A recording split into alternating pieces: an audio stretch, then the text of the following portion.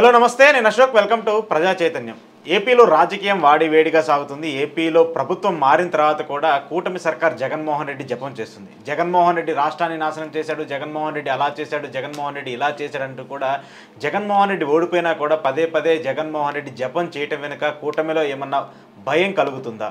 ఈ 7 నెలల పాలనలో కూటమి సర్కార్ చేసినటువంటి అవలంబనలు కావచ్చు, కూటమి సర్కార్ తీసుకొచ్చినటువంటి హామీలపైన కూడా ప్రజల్లో కొంత వ్యతిరేకత వచ్చిందనేది కూడా మనకు తెలుస్తుంది. ఇక మరోవైపు కూటమిలో కూడా ఇంటర్నల్గా క్లాషెస్ జరుగుతున్నాయి.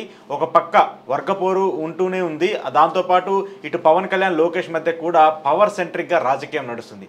ఏపీ రాజకీయాలు మొత్తం ఇప్పుడు పవర్ సెంట్రిక్గా నడుస్తున్నాయి. ఇక మరోవైపు జగన్మోహన్ రెడ్డి మాత్రం తనదైన రాజకీయ శైలిలో ఆయన ముందుకు వెళ్తున్నారు. ఏపీ తాజా రాజకీయ పరిణామాలపైన ఈరోజు ఇంటర్వ్యూలో మాట్లాడదాం. ఇంటర్వ్యూలో నాతో పాటు పార్టిసిపేట్ చేస్తున్నారు వైసీపీ ఎమ్మెల్యే తాటిపత్రి చంద్రశేఖర్ గారు. చంద్రశేఖర్ గారు నమస్తే.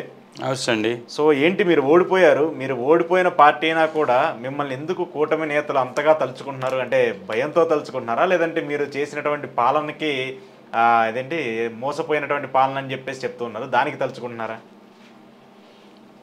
అందరికీ నమస్కారం అండి. 6 నెలలకే జగన్ గారు మళ్ళీ ఈ రాష్ట్రాన్ని పరిపాలించబోతున్నాడు అనే వార్తలు జాతిరత్నాలైనటువంటి వాళ్ళ పత్రికలే రాస్తున్నాయి. ఓకే. జగన్మోహన్ రెడ్డి గారు ఒక బెంచ్ మార్క్ సెట్ చేశాడు పరిపాలనలో. పరిపాలన అంటే ఇలా చేయాలి, రాష్ట్రాన్ని ఆర్థికంగా సామాజికంగా ఎలా బ్యాలెన్స్ చేయాలి, ఏ విధంగా రాష్ట్ర నలుమూలల పరిశ్రమలను తీసుకురావాలి, వ్యవసాయ రంగాన్ని ఏ విధంగా ఆదుకోవాలి, విద్యారంగాన్ని ఏ విధంగా కొత్త పుంతలు తొక్కించాలి, ఏ విధంగా ఉపాధ్యాయులకి వాళ్ళ యొక్క విద్యా వ్యవస్థని సరిదిద్దేటటువంటి బాధ్యతలు అప్పచెప్పాలి, ఏ విధంగా విద్యార్థులకి మనం ఆదుకోవాలి, ఏ విధంగా అనారోగ్యంతో బాధపడేటటువంటి వారికి ప్రభుత్వం ఆదుకోవాలి, ఏ విధంగా వ్యవసాయానికి మద్దతు ధరిపించాలి, ఏ విధంగా ఉత్తమమైనటువంటి విత్తనాన్ని అందించాలి, ఏ విధంగా బీమాని రైతులకు కల్పించాలి. ఇలాంటి ఒక బ్రహ్మాండమైనటువంటి విధానంలో ఒక కొత్త చరిత్రను సృష్టించినటువంటి నాయకుడు జగన్మోహన్ రెడ్డి గారు. ప్రభుత్వం అంటే ప్రజల కోసం మాత్రమే, ప్రభుత్వం అంటే పేదవాడి స్థితిగతులు పెంచటం కోసం మాత్రమే, ప్రభుత్వం అంటే చిన్న అట్టడుగునున్నటువంటి కుటుంబాన్ని ఆదుకోవటానికి అనేటటువంటి ఒక దిశానిర్దేశాన్ని చేసి వెళ్ళారు. చంద్రబాబు నాయుడు గారికి అలవాటు, ప్రతిసారి అధికారంకి రాకముందు సంపద సృష్టి అంటాడు, అద్భుతాలు అరచేతిలో వైకుంఠం చూపించేటటువంటి ప్రయత్నం చేస్తాడు, అందలం ఎక్కిన తర్వాత వాటన్నిటినీ అటకెక్కిస్తాడు, మూటగట్టేసి ఉట్టి మీద పెట్టేస్తాడు. ఇది ఆయన్ని చాలాసార్లు గమనించారు గతంలో. అయితే గతంలో జగన్మోహన్ రెడ్డి గారి లాంటి ముఖ్యమంత్రి ఎవరు తగల్లా ఆయనకి, జగన్మోహన్ రెడ్డి గారి లాంటి పేదల పెన్నిది ఎవరు తగల్లా. అంటే గతంలో 5 సంవత్సరాల పరిపాలన చూసినటువంటి ప్రజలకి ఈ 6 నెలల్లో చంద్రబాబు గారి పరిపాలన చూసిన తర్వాత విపరీతంగా పోల్చడం మొదలు పెట్టేశారు. ఈ పోలికలో ఎక్కడా కూడా అందనంత ఎత్తులో జగన్మోహన్ రెడ్డి గారు ఉన్నారు. చంద్రబాబు నాయుడు గారు 1,20,000 కోట్ల రూపాయలు అప్పులు చేశాడు. ఆయన అధికారంలోకి రావడానికి ఆయన వాడినటువంటి పదాలేంటి? అప్పుల కుప్పగా ఆంధ్ర రాష్ట్రాన్ని మార్చేశారు. మరో శ్రీలంకలాగా దీన్ని ఆర్థిక లోటులోకి నెట్టవేయబడ్డాడు. ఎక్కడికక్కడ భూ కబ్జాలు జరుగుతున్నాయి, ఎక్కడికక్కడ విధ్వంసం జరుగుతుంది, ఎక్కడికక్కడ చాలా పరిపాలన అస్తవ్యస్తంగా ఉంది అన్నారు. సరే, ప్రజలు కూడా, కొన్ని పత్రికలు, కొన్ని మీడియా వ్యవస్థలు పనిగట్టుకొని చెప్పినటువంటి మాటల్లో కొన్ని వర్గాలు వారిని నమ్మి ఏమో చంద్రబాబు నాయుడు గారు చిట్ట చివరి అవకాశం అంటున్నారు కదా, మరి చిట్ట చివరి అవకాశంలో కొంత గతంలో చేయలేదు, మోసం చేశాననే రిగ్రెట్ ఉన్నట్టుంది అతనికి, గతంలో ప్రజలను మోసం చేసి నేను వంచాననేటటువంటి బాధ ఉన్నట్టుంది, ఈసారి ఏమన్నా మార్చుకుంటాడేమో, ఈసారి ఏమన్నా ఇంకొంచెం మంచి పరిపాలన అందిస్తాడేమో, జగన్మోహన్ రెడ్డి గారు 2,75,000 కోట్ల రూపాయలు మన అకౌంట్లో వేశారు కదా, ఇంకా వేస్తాడేమో, చంద్రబాబు నాయుడు గారు వస్తే డబ్బు లేకపోతే జగన్మోహన్ రెడ్డి గారు ఎలా అకౌంట్లో వేశాడు, డబ్బు ఉంది కాబట్టే వేశాడు కదా అని అనుకున్నారు. కానీ జగన్మోహన్ రెడ్డి గారు వేసినటువంటి డబ్బంతా కూడా ఎక్కడైతే వృధా అవుతుందో రీటెండరింగ్ పెట్టి వాటిని కాపాడాడు. ఎక్కడైతే దళారీ వ్యవస్థ ఉందో దాన్ని నిర్మూలించేసి అక్కడ డబ్బును కాపాడాడు. ఎక్కడైతే ప్రభుత్వ వనరులు ఉన్నాయో ఇసుక కానీ మద్యం కానీ ఏవైతే పాలసీస్కి సంబంధించినటువంటి విషయంలో కానీ ఏవైతే ఖజానా ఉందో ఖజానాని డైరెక్ట్గా ప్రభుత్వ అకౌంట్కి తరలించడం ద్వారా ప్రతి రూపాయిని కూడా ఒడిసి పట్టుకొని ఎక్కడ జారిపోకుండా ప్రభుత్వ వ్యవస్థలన్నీ పటిష్టపరిచి పేదవాడి సొమ్ముని పేదవాడికి అందించే ప్రయత్నం చేశాడు కాబట్టి అన్ని డబ్బు ఇవ్వగలిగాడు. ఆ తపన తాపత్రయం తనకుంది కాబట్టి చేయగలిగాడు. చంద్రబాబు నాయుడు గారికి ఎక్కడుంది? నిజంగా ఒకసారి నేను అడుగుతున్నాను సూటిగా చంద్రబాబు నాయుడు గారిని. చంద్రబాబు నాయుడు గారు 3 సార్లు ముఖ్యమంత్రి అయినా ఏసారి కూడా రెవెన్యూ లోటు తప్ప మిగులు బడ్జెట్ తోటి ప్రభుత్వాన్ని నడిపిన చరిత్ర లేదు ఇప్పటివరకు. ఈసారి పక్కన పెడితే గతం గురించి చెప్తాను. 3 సార్లు ముఖ్యమంత్రి, 3 సార్లు కూడా లోటు బడ్జెట్ తోటే తన ప్రభుత్వాన్ని నడిపినటువంటి వ్యక్తి. మరి 2 ఎకరాల భూమి నుంచి ఇవాళ 931 కోట్లతోటి అగ్రగామిగా ఉన్నటువంటి దేశంలోని ముఖ్యమంత్రులు అందరిలో రిచెస్ట్ ముఖ్యమంత్రిగా 931 కోట్లు సంపాదించారుగా చంద్రబాబు గారు. మీరు చేసిన వ్యాపారం ఉందా? మీరు పెట్టిన కంపెనీ ఉందా? మీరు ఈ 2 ఎకరాల్లో ఏ విధంగా 931 కోట్లు సంపాదించారో ప్రజలకు చెప్పారా? రాష్ట్రం ఆర్థిక లోటుతోటి ప్రజలు పేదవారిగా కరువు కాటకాలతో అల్లో రామచంద్ర అని అల్లాడినటువంటి పరిస్థితిలో మీ యొక్క పరిపాలన గతంలో సాగింది. నారు బీడుల్లో రైతుల మృతదేహాలు వచ్చినటువంటి చరిత్ర మీది. విద్యుత్ మీద ధర్నా చేస్తుంటే తోటా గుండులతోటి రైతుల్ని కాల్చి వారి గుండెల మీద గుర్రాలతో తొక్కించినటువంటి చరిత్ర మీది. ఎప్పుడు అస్తవ్యస్త పరిపాలన సాగించినటువంటి చంద్రబాబు నాయుడు గారు మాత్రమే ఏ విధంగా 931 కోట్లు సంపాదించాడు అంటే ఇది ప్రజల డబ్బు దోచుకున్నటువంటి డబ్బు కాదా? మిమ్మల్ని కూడా విమర్శిస్తున్నారు కదా, జగన్మోహన్ రెడ్డి కూడా ఆయన కేసులకు సంబంధించి ఆయన ఆస్తులకు సంబంధించి కూడా మాట్లాడుతూ వస్తారు కదా. జగన్మోహన్ రెడ్డి గారు రాజకీయాల్లోకి రాకముందే సండూర్ పవర్ లాంటి ప్రాజెక్ట్స్ ఎప్పుడో పెట్టారు. ఆయన వ్యాపారవేత్త. జగన్మోహన్ రెడ్డి గారు ఎలక్షన్స్కి రాకముందు రాజకీయంలోకి రాకముందు అనేక ప్రాజెక్టులను పెట్టాడు. ఆయన వ్యాపారం చేస్తున్నాడు, అనేక కంపెనీస్ ఉన్నాయి. దాని మీద లాభం వచ్చిందని చెప్పుకోవటానికి అవకాశం ఉంది. లాభం వచ్చాయని చూపించినటువంటి రికార్డ్స్ ఉన్నాయి. మీరేం చేశారని అడుగుతున్నాం. ఒకవేళ మీకు మీ తండ్రి గారి ఆస్తి ద్వారా కానీ మీకు సంక్రమించి ఉంటే రామ్మోహన్ నాయుడు గారికి కూడా ఉండాలి కదా. వారికి లేనటువంటి ఆస్తి మీకెట్లొచ్చింది?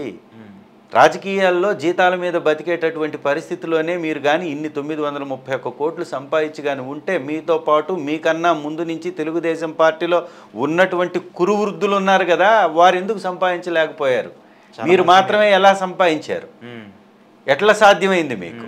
అంటే ఇదంతా కూడా ఒక దోపిడీ, ఒక ప్రణాళికబద్ధంగా ఒక టీంని ఏర్పాటు చేసుకొని ఒక బి గ్యాంగ్ని ఏర్పాటు చేసుకొని బాబు గారి గ్యాంగ్ తోటి ఈ ప్రభుత్వంలో ఉన్నటువంటి వ్యవస్థల్ని దోపిడీకి గురి చేసి విద్యా వ్యవస్థను కూడా ఏ విధంగా దోచుకుంటున్నారో ఒకసారి మీరు చూడండి. నిస్సిగ్గుగా ఇంగ్లీష్ వద్దు అని వారి జాతిరత్నాలతో మాట్లాడిస్తున్నారు. అవును. ఒక అత్యున్నతమైనటువంటి పదవి చేసినటువంటి రమణ గారు సుప్రీంకోర్టు జడ్జిగా ఉండి చీఫ్ జడ్జిగా ఉండి ఇవాళ తెలుగుని గౌరవించడం సంతోషం. కానీ ఇంగ్లీష్ వద్దు అంటే ఆ ఇంగ్లీష్ విద్య లేకుండా మీరు సుప్రీంకోర్టు దాకా ఎలా వెళ్ళగలిగారని అడుగుతున్నాను. యూపీఎస్ లాంటి ఎగ్జామ్స్ని నిర్వహించేటటువంటి ఈ దేశంలో ఏ భాషలో నిర్వహిస్తుంది ప్రభుత్వం? ఒక్కసారి మీకు తెలియదా? నిజంగా తెలుగు మీడియంలో తెలుగుని మీరు గౌరవించాలని అనుకుంటే ఈ యూపీఎస్ లాంటి విద్యా ఎగ్జామ్స్ పరీక్ష ఎగ్జామ్స్ని తెలుగులో కూడా నిర్వహించాలి, దేశంలో ఉన్న అన్ని భాషల్లో నిర్వహించాలి అని మీరు సుప్రీంకోర్టు చీఫ్ జస్టిస్గా ఉండి ఎందుకు ఆ విధమైనటువంటి ప్రణాళికనో లేకపోతే నిర్ణయాలను మీరు తీసుకోలేకపోయారు?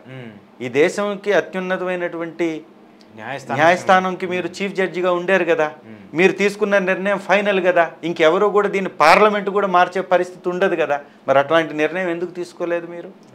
చెప్పేటటువంటి మాటలన్నీ బోటకపు మాటలు. చంద్రబాబు నాయుడు గారికి ఒక బి గ్యాంగ్ లాగా ఏర్పడి వీళ్ళందరూ ఒకరు సుప్రీంకోర్టులో ఒకరు సెంట్రల్ గవర్నమెంట్లో, ఒకరు స్టేట్ గవర్నమెంట్లో, ఈ విధంగా పంచుకొని రాష్ట్రాన్ని దోచుకునేటటువంటి ప్రయత్నం. దాంట్లో భాగంగానే ఇవాళ ఇంగ్లీష్ విద్యని పేద విద్యార్థులకు దూరం చేసేటటువంటి ఒక కుటిలమైన కుట్రని వీళ్ళు పన్నాగాన్ని పన్నుతారు. అంటే ఇప్పుడు జగన్ తెచ్చాడని చెప్పేసి దాని మీద కోపమా, లేదంటే ఈ పేద విద్యార్థులకు కాదు, లేదంటే ఇది జగన్ తీసుకొచ్చిన స్కీమ్ కాబట్టి ఆయనకి పేరు వస్తుందని చెప్పేసి తొక్కేయడానికి అనుకోవాలా? రెండూ ఉన్నాయి. ఒకటి, దళితుల్లో ఎవరన్నా పుడతారా అనే మాట మాట్లాడినటువంటి వ్యక్తిత్వం ఒకవైపున. చంద్రబాబు నాయుడు గారికి దళితులన్నా బడుగు బలహీన వర్గాలన్నా చులకన భావం. మీరు గతంలో తెలుగుదేశం పార్టీ హయాంలో అనేక సందర్భాల్లో దళితుల మీద దాడులు జరిగినటువంటి ఘటనలు కోకొల్లలు. తన సామాజిక వర్గాన్ని కాకుండా ఇంకే సామాజిక వర్గం రాజకీయంగా ఆర్థికంగా వెతికినా దాన్ని తొక్కేసేటటువంటి ప్రయత్నం అనేక సందర్భాల్లో తెలుగుదేశం పార్టీలో జరిగి ఉన్నాయి. ఎందుకు మీరే ఎగ్జాంపుల్? జరిగి ఉన్నాయి. ఎస్. రెండవది, ఇవాళ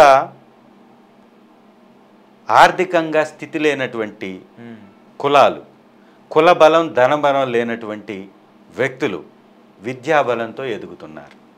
సమాజంలో ఇంటెలెక్చువల్స్గా బయటికి వస్తున్నారు. అవకాశాలు కోల్పోతామేమోననేటటువంటి ఒక భయం ఈ యొక్క అప్పర్ కమ్యూనిటీస్లో, ప్రత్యేకించి చంద్రబాబు నాయుడు గారి కమ్యూనిటీలో కనపడుతుంది. మొన్న కమ్మ సామాజిక వర్గానికి చెందినటువంటి ఒక సభ ఇక్కడ నిర్వహించుకున్నారు హైదరాబాద్లో. దానిలో కూడా ఐఏఎస్ఎల్ని తయారు చేయడానికి మేము సపోర్ట్ చేస్తాము అని వారు చెప్పుకున్నారు. తప్పేమి లేదు. ఒక కులాన్ని వారు గౌరవించుకోవడంలో తప్పు లేదు, ఆర్థికంగా వాళ్ళు పెంపొందించుకోవడానికి అవకాశాలు మెరుగుపరుచుకోవడంలో తప్పు లేదు. బట్ సాటి ఇతర కులస్తుల్ని దగ్గరికి తీయాలనేటటువంటి తపన ఉండాలి. సమాజం మీద బాధ్యతగా మెలగాలనేటటువంటి ఒక దృఢ సంకల్పం ఉండాలి. అది వీరిలో కొరవడింది. ఎప్పుడూ కూడా గవర్నమెంట్ విద్యా వ్యవస్థల్ని మెరుగుపరిచే ప్రయత్నం చంద్రబాబు నాయుడు గారి హయాంలో జరగల. ఇంకొక మాట కూడా గుర్తుంచుకోవాలి. మొన్న డొక్కా సీతమ్మ గారి మధ్యాహ్న భోజన పథకాన్ని వీరు ప్రవేశపెట్టి అది ఇంటర్మీడియట్ పిల్లలకు కొంచెం పెంచినట్టుగా చూపించారు. గోరుముద్ద అనేటటువంటి పథకాన్నే పేరు మార్చినంత మాత్రాన మీరు ఇన్నోవేషన్ కార్యక్రమాలు చేసినట్టు అవుతుందా? ఇన్నోవేటివ్గా మీరు ఏదన్నా మొదలు పెట్టాలి కానీ ఉన్నటువంటి దాన్ని పేరు మార్చి రాజకీయం చెయ్యము అని చెబుతూనే లోకేష్ గారు రాజకీయం చేశారు. దానిలో ఆయన చాలా స్పష్టంగా ఒక విచిత్రమైనటువంటి మాట మాట్లాడాడు, నిజం మాట్లాడాడు. నేను ఇంటర్మీడియట్ వరకు ముద్దబ్బాయిని మా నాన్నగారు గమనించి నన్ను నారాయణ గారికి అప్పచెప్పారు అని అన్నాడు. ఓకే, భలే ఓడికి అప్పచెప్పారు నారాయణ గారికి అని అనుకున్నా నేను. అంటే ముద్దబ్బాయికి ఈరోజు విద్యా వ్యవస్థను అప్పచెప్పాడు చంద్రబాబు నాయుడు. ఓకే, తన మాటల్లోనే, నేనన్నది కాదు. లోకేష్ గారు ముద్దబ్బాయి అని లోకేష్ గారే చెప్పుకున్నారు. ముద్దబ్బాయిగా ఉన్నటువంటి బాబుగారి అబ్బాయికి ఈ రాష్ట్రంలో ఉన్నటువంటి విద్యా వ్యవస్థలను మొత్తం అప్పచెప్పి తన గురువైనటువంటి లోకేష్కి గురువైనటువంటి విద్యాశాఖ మంత్రికి గురువైనటువంటి నారాయణ గారి చేతిలో విద్యా వ్యవస్థని నాశనం చేసేదానికి పూనుకున్నారు అంటున్నాను. ఎందుకు? ఆయన మంత్రి నారాయణ గారు ఒక 2 కాలేజెస్ని, 2 వ్యవస్థల్ని, చైతన్యలో కూడా వారికి పార్ట్నర్షిప్ ఉందంటారు, నారాయణలో కూడా పార్ట్నర్షిప్ ఉందంటారు. ఈ రాష్ట్రంలో ఉన్నటువంటి ప్రైవేట్ వ్యవస్థల్ని మొత్తాన్ని డామినేట్ చేసుకుంటూ ఎదుగుతున్నటువంటి వ్యవస్థ నారాయణ చైతన్య వ్యవస్థలు. బిడ్డలు ఉరి వేసుకుంటున్నటువంటి ఘటనలు చాలా జరిగాయి. అంత ఫోర్స్ పెట్టి చదివిస్తారని లేదా దానిలో అక్రమాలు జరుగుతాయని అనేక మాటలు ఉన్నాయి. అది ఇంకొక సందర్భంలో మాట్లాడుకుందాం దాని మీద. ఈ కాలేజెస్లో తెలుగు మీడియం ఏమన్నా ఉందా? పాయింట్ ఉందా? సగం రామోజీరావు గారు కూడా ఈనాడు పేపర్లో వీళ్ళు మాట్లాడినటువంటి భాగవతాలను మొత్తాన్ని తాటికాయంత అక్షరాలతో వచ్చేస్తుంటాడు.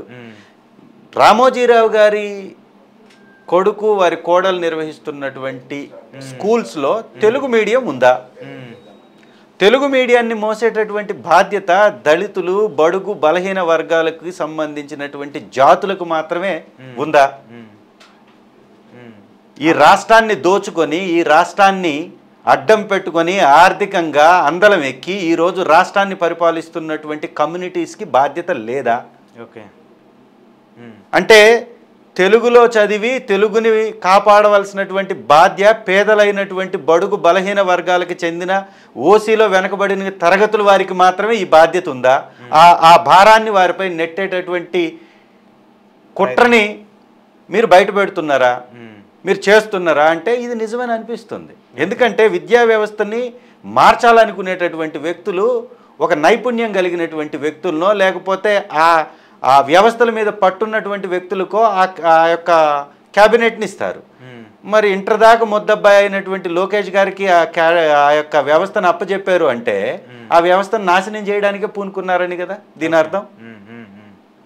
ఈరోజు లోకేష్ గారు ఒకదాని మీద దృష్టి లేదు, ఐటీ శాఖ గురించి మాట్లాడతారు. విశాఖ వెళ్ళి ఐటీ గురించి మాట్లాడారు. 2014 నుంచి 19 వరకు మీ ప్రభుత్వం నడిచింది, మీరు ఆ రోజు కూడా మంత్రిగా ఉన్నారు, మీరు ఏమి ప్రాజెక్టులు అక్కడికి విశాఖకు తెచ్చారో చెప్పు అంటే తడబడిపోతాడు.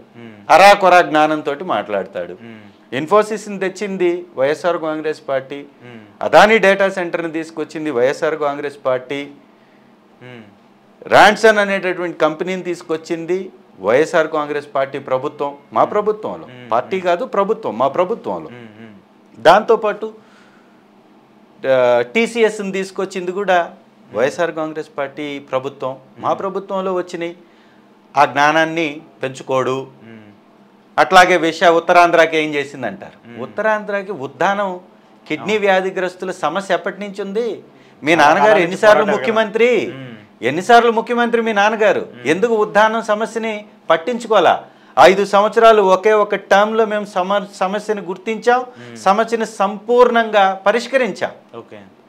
100 కిలోమీటర్ల నుంచి నీటిని తరలించి పర్మనెంట్ సొల్యూషన్ తీసుకొచ్చాం. అది కనపడదు. అనకాపల్లిలో టైర్ల కంపెనీ వచ్చింది, అది కనపడదు. రైల్వే జోన్ని మా ఎంపీలు రాజీనామా చేసి పోరాటం చేయడం వల్ల సాధించడంతో పాటు 12,000 ఎకరాల భూమిని రైల్వే జోన్కి అప్పచెప్పేదానికి మేము జీవో పాస్ చేశాం. మేము 320 కోట్లు కేంద్రం నుంచి నిధులు తీసుకొచ్చాం. రైల్వే జోన్లో వాల్తేరును ఉండాలి అని మేము పోరాటం చేశాం. కేకే లైన్ని ఈ కొత్తగా ఏర్పాటు చేసేటటువంటి న్యూ కోస్ట్ రైల్వే జోన్లో పెట్టాలి అని మేము ఒత్తిడి తీసుకొచ్చి మేము సాధించాం. విశాఖ రైల్వే జోన్ డిపిఆర్ని రెడీ చేసి ఆమోదింపజేసి దానికి బడ్జెట్ కేటాయించేలాగా చేసినటువంటి మా పోరాటాన్ని పక్కన నెట్టేస్తాడు. ఏమన్నా మాట్లాడితే వాలంటరీ వ్యవస్థ గురించి 10,000 ఇస్తానని వచ్చి అందలం ఎక్కి పుట్టనటువంటి బిడ్డకి పేరు ఎట్ట పెడతామంటారు.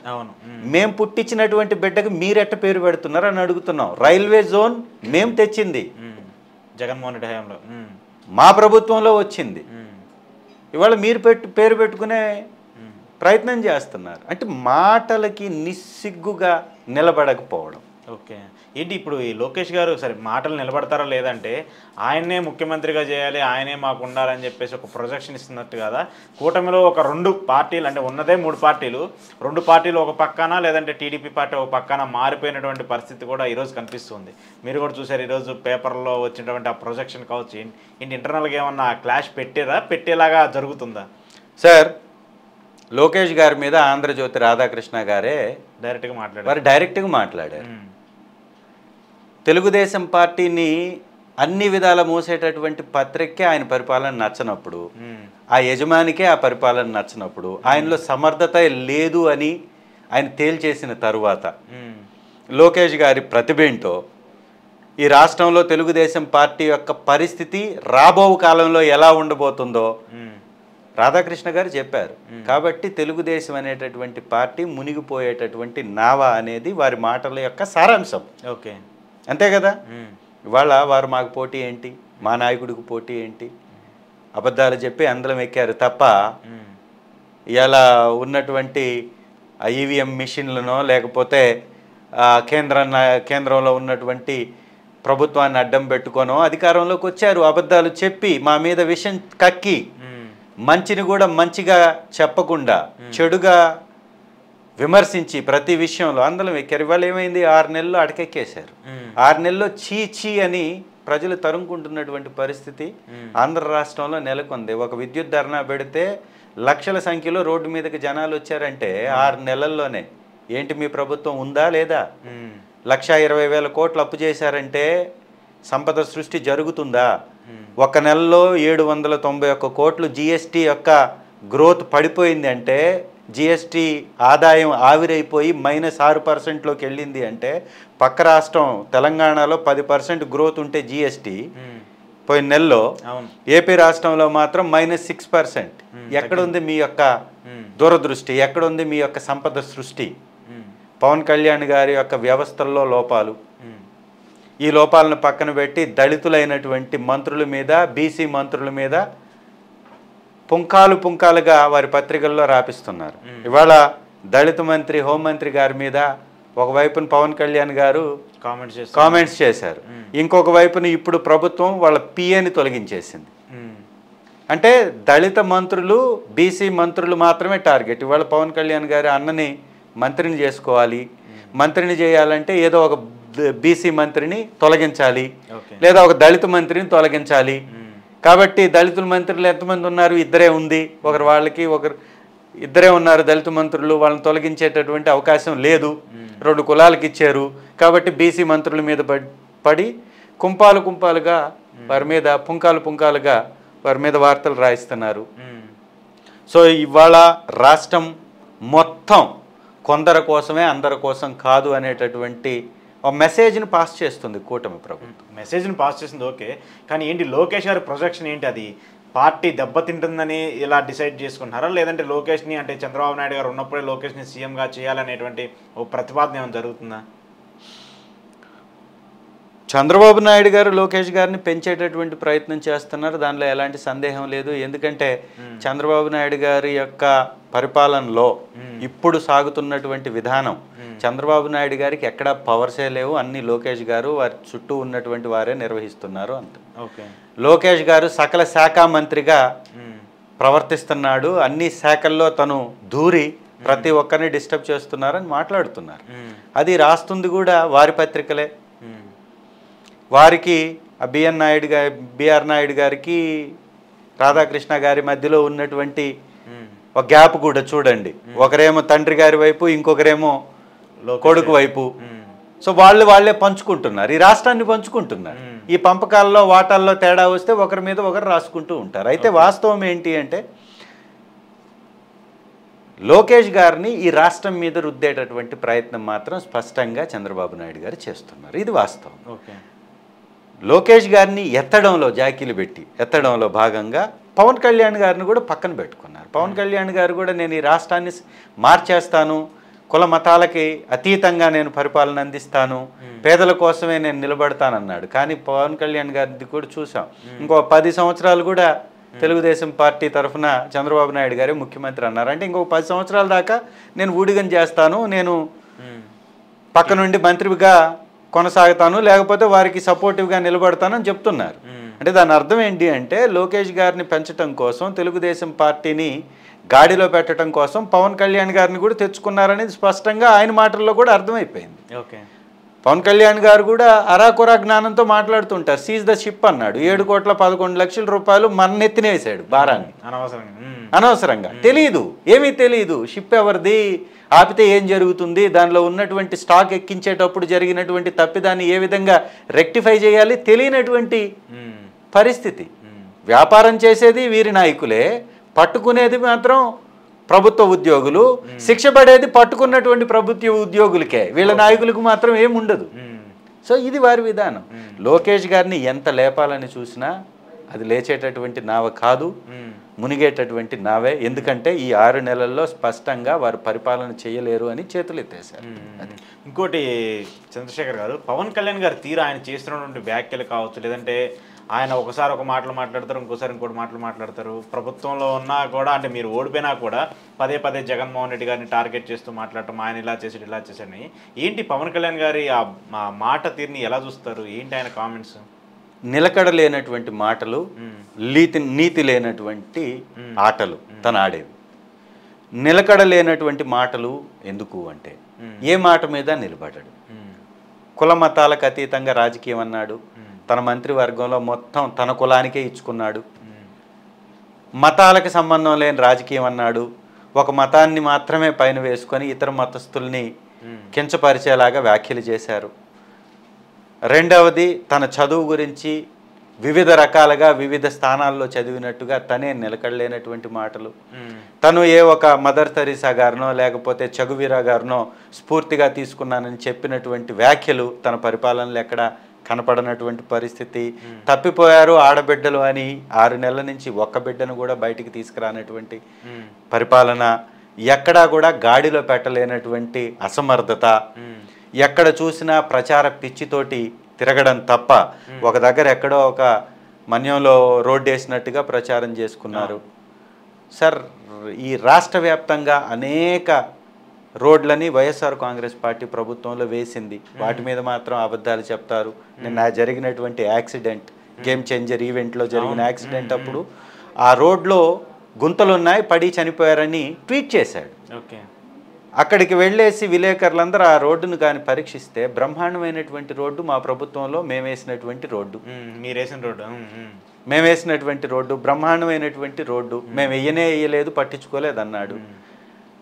ఇవాళ పుష్ప సినిమా గురించి మాట్లాడినటువంటి విధానంలో కూడా నిలకడలేనటువంటి వ్యవహారం. సినిమా ఇండస్ట్రీకి అండగా నిలబడతానని చెప్పినటువంటి వ్యక్తి ఒక తొక్కిసలాటలో అనుకోని సందర్భంలో చనిపోయారు. చనిపోవటం అనేది బాధాకరణం, అత్యంత విషాదం ఆ కుటుంబానికి వచ్చింది. దానికి కూడా ఆర్థికంగానో ఏదో ఒక విధంగా ప్రభుత్వం అండగా నిలబడాలి, ఆ సినిమా యూనిట్ నిలబడ్డారు. 2 కోట్ల రూపాయలు డబ్బులు ఇచ్చారు, అన్ని విధాల అండగా నిలబడ్డారు. 27 రోజుల తర్వాత బయటకు వచ్చి వారి కుటుంబాన్ని పరామర్శిస్తే బాగుండు అని మాట్లాడినటువంటి పవన్ కళ్యాణ్ గేమ్ చేంజర్లోకి వెళ్ళి మాట్లాడింది ఏంటి? బిడ్డల్ని రెచ్చగొట్టేటట్టు, యువతను రెచ్చగొట్టేటట్టు స్టంట్లు చేయండి, రోడ్ల మీద మీరు సైలెన్సర్లు తీసి గోల చేయండి, గొడవ చేయండి, మీరు ఆ గోల చేయకపోతే అసలు ఉత్సాహం ఏముంటుంది, స్టంటులు నేర్పియండి, కాలేజీలు పెట్టండి, స్కూల్స్ పెట్టండి, స్టంట్ స్కూల్స్ అని చెప్పినటువంటి వ్యక్తి ఇద్దరు మరణిస్తే తను మాట్లాడినటువంటి మాటలకు కట్టుబడి లేకుండా, వారి ఇంటికి వెళ్ళి పరామర్శించకుండా, ఆర్థికంగా ఆదుకోకుండా, అల్లు అర్జున్ గారి ఎదుగుదల మీద కక్కినటువంటి అక్కస్సుని స్పష్టంగా బయట ప్రపంచానికి తెలియపరిచాడు. కనపడింది. పుష్ప సినిమా అనేటటువంటి సినిమా ఈ దేశంలో అత్యంత వసూలు సాధించినటువంటి సినిమాగా నిలబడ్డది. బాహుబలి లాంటి సినిమా అన్ని రాష్ట్రాల్లో దానికి ఆదరణ వచ్చినప్పుడు ఎంత కలెక్షన్ చేసిందో అంతకు మించిన కలెక్షన్ ఇప్పుడు ఈ సినిమా చేసింది. అంతకు మించిన కలెక్షన్. ఇలాంటి సినిమా విషయంలో తొక్కిసలాట జరిగింది, చనిపోయారు. నిజంగా చనిపోవటం బాధాకరమే. మరి ఈ మాటలు చంద్రబాబు నాయుడు గారి సభల్లో చనిపోయినటువంటి వ్యక్తులకు వర్తించవా? ఈ మాటలు చంద్రబాబు నాయుడు గారి సినిమా షూటింగ్ పేరుతోటి పుష్కరాల్లో జరిగిన తొక్కిసలాటకి వర్తించవా?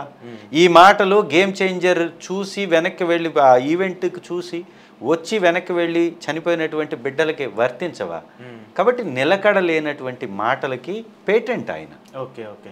నాకు కంక్లూడ్ చేస్తే ఒక పాయింట్, గతంలో మీరు అధికారంలో ఉన్నప్పుడు ఫిలిం ఇండస్ట్రీ మొత్తం మీ దగ్గరకు వచ్చి వంగి దండాలు పెట్టించుకున్నారు, సలాములు కొట్టించుకున్నారు అని చెప్పేసి చాలా పెద్ద ఎత్తున ప్రచారం జరిగింది. ఒక విధంగా చెప్పాలంటే మీ పార్టీ ఓటమి కూడా ఒక మైనస్. ఇప్పుడు తెలంగాణలో జరుగుతున్నటువంటి వ్యవహారాన్ని మీరు చూస్తున్నారు. ఏపీకి వచ్చి ఫిలిం ఇండస్ట్రీని పెట్టండి, ఏపీకి వచ్చి మీరు స్టూడియోలు కట్టండి అంటే మేము ఎందుకు ఏపీకి రావాలి, మా స్టూడియోలు మా కార్యక్రమాలను ఇక్కడ ఉండి మేము రావాల్సిన అవసరం ఏందని మాట్లాడుతున్నారు ఏంటి? అప్పుడు జగన్మోహన్ రెడ్డి గారు చేసింది ఏంటి, ఇప్పుడు కూటమి చేస్తుంది ఏంటి? జగన్మోహన్ రెడ్డి గారు చాలా గౌరవించారు సినీ పెద్దల్ని. సినిమా ఇండస్ట్రీ అనేది ఒక వినోదంతో పాటు ఆర్థికంగా కూడా అనేక కుటుంబాలు ఆధారపడ్డటువంటి ఇండస్ట్రీ. కాబట్టే వచ్చినటువంటి సినిమా పెద్దలందరినీ గౌరవించి వారికి సాదర ఆహ్వానాన్ని పలికి గౌరవ ముఖ్యమంత్రి గారు ఆ రోజు చాలా గౌరవించారు వాళ్ళని. చంద్రబాబు నాయుడు గారి యొక్క ట్రాప్లో పడ్డటువంటి పవన్ కళ్యాణ్ గారు నమస్కారం పెట్టినటువంటి చిరంజీవి గారికి ప్రతి నమస్కారం చేసి గౌరవంగా సత్కరించి పంపిన జగన్మోహన్ రెడ్డి గారిని విమర్శించాడు ఆ రోజు. ఈరోజు చిరంజీవి గారు నమస్కారం పెడితే రేవంత్ రెడ్డి గారు కనీసం నమస్కారం కూడా పెట్టలా, ప్రతి నమస్కారం అయినా మాట్లాడలేనటువంటి పరిస్థితి. దాదాపుగా 1/2 కిలోమీటర్ పైన నడిపించాడంట, గంట పైన వెయిట్ చేయించాడంట. సాగిలు పడినా కానీ ఇక్కడ రాలేదు. ఇక్కడ స్పెషల్ షోస్కి పర్మిషన్ రాలా, రేట్లు పెంచుకోవడానికి పర్మిషన్ రాలా, సాగిలపడి దేహి అన్నా కూడా రాలా, అయినా మాట్లాడలేనటువంటి పరిస్థితి. అంటే వంకర బుద్ధి. వంకర బుద్ధి. ఒక పార్టీని ఒక ద్వేషంతో చూస్తున్నటువంటి వ్యక్తి కాబట్టి పవన్ కళ్యాణ్ గారికి మేము మంచి చేసినా కానీ తనకి చెడుతనమే కనపడ్డది. ఇక్కడ పక్క రాష్ట్రంతో పోటీ పడలేనటువంటి తత్వంలో ఉన్నారు కాబట్టి పక్క రాష్ట్రం వాళ్ళు ఏదన్నా మాట్లాడితే మీ పరిపాలన గురించి మాట్లాడతారు కాబట్టి మీలో ఉన్న లోపాల గురించి మాట్లాడతారు కాబట్టి ఎత్తి చూపుతారు కాబట్టి భయపడిపోయి మాట్లాడలేనటువంటి పరిస్థితి. సో అంతేగా అంతే తప్ప పవన్ కళ్యాణ్ గారికి చిత్ర పరిశ్రమ మీద కూడా ప్రేమ లేదు. ఉన్నట్టయితే చిత్ర పరిశ్రమకి నష్టం జరుగుతుందని తెలిసినప్పుడు పెద్ద బడ్జెట్ మూవీస్ వచ్చి స్పెషల్ షోలు ఇవ్వకపోతే నష్టపోతారని మీరు గతంలో మాట్లాడినటువంటి మాటలు ఇప్పుడు కూడా వర్తిస్తాయి కదా. ఆ రోజు జగన్మోహన్ రెడ్డి గారి మీద సీఎంల్లో ఈ మనీకి సంబంధించి సంపదకి సంబంధించి జగన్మోహన్ రెడ్డి గారి మీద ఎన్ని ట్వీట్స్ వేశారు. ఆయన ఆస్తులకు సంబంధించి మరి ఇప్పుడు చంద్రబాబు నాయుడు గారు అత్యంత ధనవంతుడు. 31 మంది ముఖ్యమంత్రుల్లో 30 మందికి 630 కోట్లు ఉంటే ఒకే ఒక ముఖ్యమంత్రి గారికి 931 కోట్లు. అంటే ఆ 30 మంది ముఖ్యమంత్రుల్లో కూడా ఒక ముఖ్యమంత్రికి 330 కోట్లు తీసేస్తే మిగిలిన 29 మందికి కలిపి 300 కోట్లే ఉంది. ఇద్దరే అత్యంత ధనవంతులు. ఆ అత్యంత ధనవంతుల్లో ఎవరికి అందనంత ఎత్తులో ఉన్నటువంటి ముఖ్యమంత్రి చంద్రబాబు నాయుడు గారు 931 కోట్లు. ఇది ప్రజల సొమ్మయా, ఎట్లా సంపాదించావు? అగ్గిపెట్టెలకి భోజనాలకి 3,000 రూపాయలు, కోట్ల రూపాయలు అగ్గిపెట్టెలకి తీసుకుంటే సంపాదించరా? మరి ఇది తప్పు అని నిలదీయగలగాలి కదా. నిలదీస్తున్నాడా? సరే, గతంలో జరిగిపోయింది అయిపోయింది. ఇప్పుడు డిప్యూటీ చీఫ్ మినిస్టర్గా ఉన్నటువంటి పవన్ కళ్యాణ్ గారు అగ్గిపెట్టెలకి ఎందుకైంది అంత డబ్బు అని ప్రశ్నించాడా? పోనీ ఈ ఒక కలెక్టర్ల సమావేశానికి ఒక భోజనానికి 3,000 రూపాయలు ఛార్జ్ చేశారని వార్తలు వచ్చాయి కదా. దాని మీద ఏమన్నా నివేదిక తెప్పించుకొని చూసారా? అంటే ఈ దోపిడీ కోసం, ఈ దోపిడీలో వాటాల కోసం ఏమైనా మార్చేసి మాట్లాడుతున్నటువంటి వ్యక్తిగా పవన్ కళ్యాణ్ గారు మారిపోయారు. రైట్ సార్, చూద్దాం మరి మీ కాంపిటీషన్ని వాళ్ళు ఎలా తట్టుకుంటారు, మీరు ఎలా తట్టుకుంటారు? వైఎస్ఆర్ కాంగ్రెస్ పార్టీ కాంపిటీషన్ని వారు తట్టుకోలేరు కాబట్టి 3 పార్టీలు కలిసి వచ్చాయి. 3 పార్టీలు కలిసి వచ్చాయి. వారికి ఉన్నటువంటి జాతి పత్రికలు, జాతి మీడియా వ్యవస్థలు విపరీతంగా వారిని పైకెత్తాయి, మమ్మల్ని డ్యామేజ్ చేసే ప్రయత్నం చేశాయి. మేము తెచ్చినటువంటి మెడికల్ కాలేజీల మీద విషం జిమ్మారు. వాళ్ళ మెడికల్ సీట్లన్నీ పోగొట్టేశారు. ఒక రాష్ట్రం, ఏ రాష్ట్రం అన్నా మెడికల్ సీట్లు వద్దు అని కేంద్రానికి లెటర్ రాసింది అంటే అది ఏపీ రాష్ట్రం. ఈ దేశంలో అత్యంత పెద్ద రాష్ట్రాల్లో జిఎస్టి మైనస్ గ్రోత్ చూపించినటువంటి రాష్ట్రం ఏదన్నా ఉంది అంటే ఏపీ రాష్ట్రం. 6 నెలల్లో 1,20,000 కోట్లు అప్పు చేసిన రాష్ట్రం ఏదన్నా ఉందంటే ఏపీ రాష్ట్రం. ఇవన్నీ వారి పరిపాలన ఈ విధంగా సాగుతుంది. అస్సలు 5 సంవత్సరాలు పెంచని రేట్లని ఇమీడియట్గా విద్యుత్ ఛార్జీలు పెంచేసాడు. ఒక్క మాట మీద నిలబడతారా? అబద్ధం అబద్ధం అబద్ధం అబద్ధం, మోసం మోసం మోసం మోసం, దగా దగా దగా. ఇది వారి యొక్క కూటమి పరిపాలన. Right sir, thank you very much sir. ఇది చంద్రశేఖర్ గారితో ఎక్స్క్లూజివ్ ఇంటర్వ్యూ. చూస్తూనే ఉండండి ప్రజా చైతన్యం.